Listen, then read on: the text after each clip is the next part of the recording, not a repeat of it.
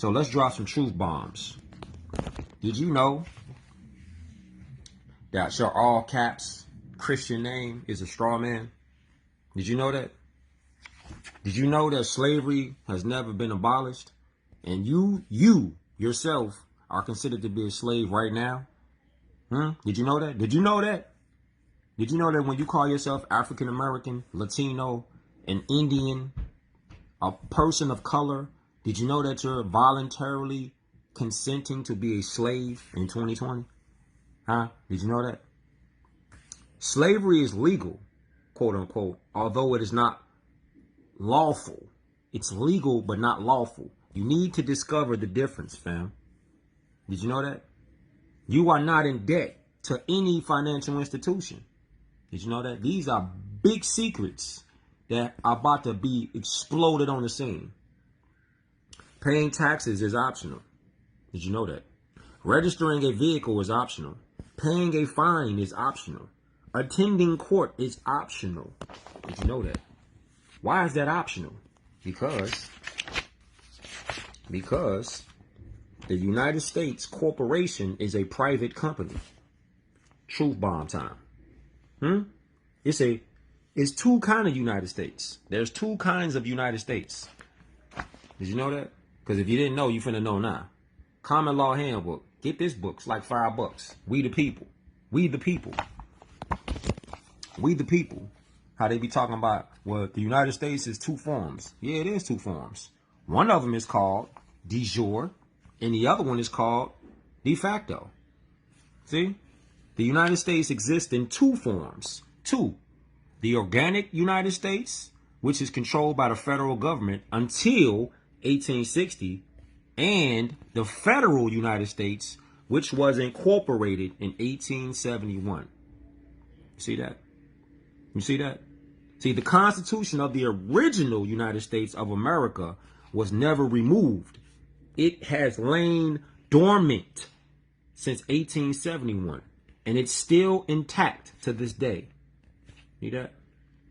The Supreme Court already ruled on it. They say two national governments exist. One to be maintained under the Constitution with all its restrictions. The other to be maintained by Congress outside and independently of that instrument. You see? Y'all keep thinking that President Trump and all these other people are for the people. No, he's the CEO of the corporate United States. He's the CEO. And all these people, these so-called congressmen, whether they're Democrat or Republican, they are working under a de facto form of government. De facto. This is a de facto. You see, there are several degrees of what is called de facto government. You see, there's several degrees. But since 1871, all of the United States has been incorporated under the guise of a republic. Did you know this right here? Let's look at this. The U.S. Constitution. All right. Let's look this up. Fascinating facts. This is not my words. This is fascinating facts about the Constitution. Did you know in the Constitution, the word democracy does not appear once in the Constitution? But you got people screaming on TV, talking on TV all day, all night about what a beautiful democracy we have. How come the word democracy does not appear one time in the whole Constitution? Mega bomb. Mega bomb. Mega bomb. Mega bomb. But y'all worried about getting a license. Getting a license. You worried about getting a license, fam? Let me show y'all something. Hold up. Let me show you this. And hundreds of others. Working without a license can often result in significant fines and even jail time.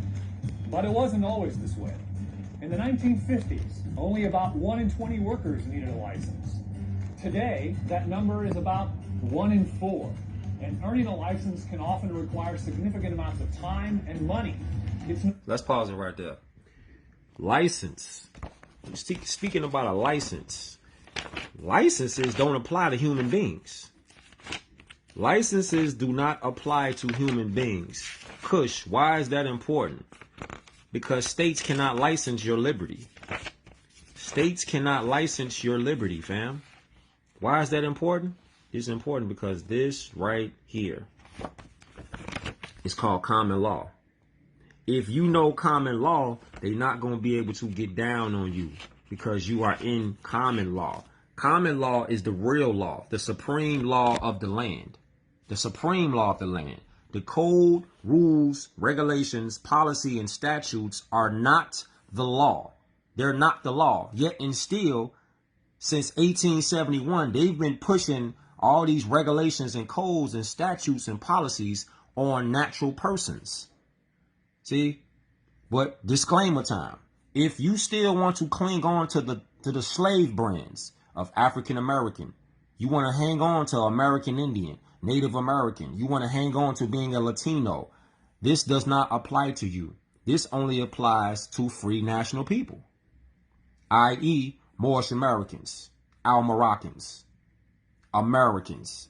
So if you want to cling on to the status of the dead status of black, then this does not apply to you. This pretty much is just information that you're going to hear and see, and it's going to be like, oh, it's nothing for you.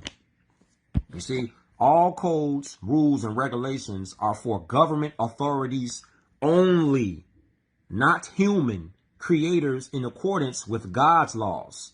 All codes, rules, and regulations are unconstitutional and lacking due process.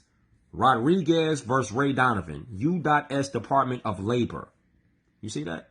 All laws, rules, and practices which are repugnant to the Constitution are null and void. Marbury versus Madison. This is one of the greatest Supreme Court cases ever. Marbury versus Madison. So why are you paying for a license? Why are you paying for a license, fam? Think about it. Let's go back. No wonder then that the issue of occupational licensing has become one of the biggest labor economics issues in the country. And it often plays out in places as simple as your neighborhood barbershop. Your neighborhood barbershop. So June, how much did it cost you to get your barber's license? Well, I think it cost me about $11,000. Oh, wow. How long did it take? By law, I was required to do 1,000 hours of classes. 1,000 hours in order to do this, and maybe this. Proponents will tell you that licensing is necessary to protect public health and safety. But is it true? We came here to the University of Minnesota, the Humphrey School of Public Affairs, to ask the preeminent researcher on licensing, Dr. Morris Kleiner. Okay, let's see what he's talking about. So, Dr. Kleiner, how much evidence is there that licensing actually protects public health and safety? Not very much. There is some evidence. Not very The much. preponderance of the evidence suggests that it doesn't do much to protect health and safety. Well, then, Oh, wow. So he just told you it does not very much. He didn't just bluntly tell you that you don't need a license. You don't need a license to do anything because you're a human. You have human rights. You don't need a license. You see, you don't need a license, fam. They can't infringe on your liberty if you know your liberty. If you don't know your liberty, then they're going to get down on you. They're going to get down on you. See, states cannot license rights. You see this? This is why it's called We the People, because the people have to know, because the people are the power. People, not individuals, right? People are the power. You see, it says no state may convert any secured liberty into a privilege and issue a license and fee for it. Murdoch versus Pennsylvania. This Supreme Court, man. If the state does convert your right into a privilege and issues a license and a fee for it, you and me can ignore the license and a fee and engage the right with impunity.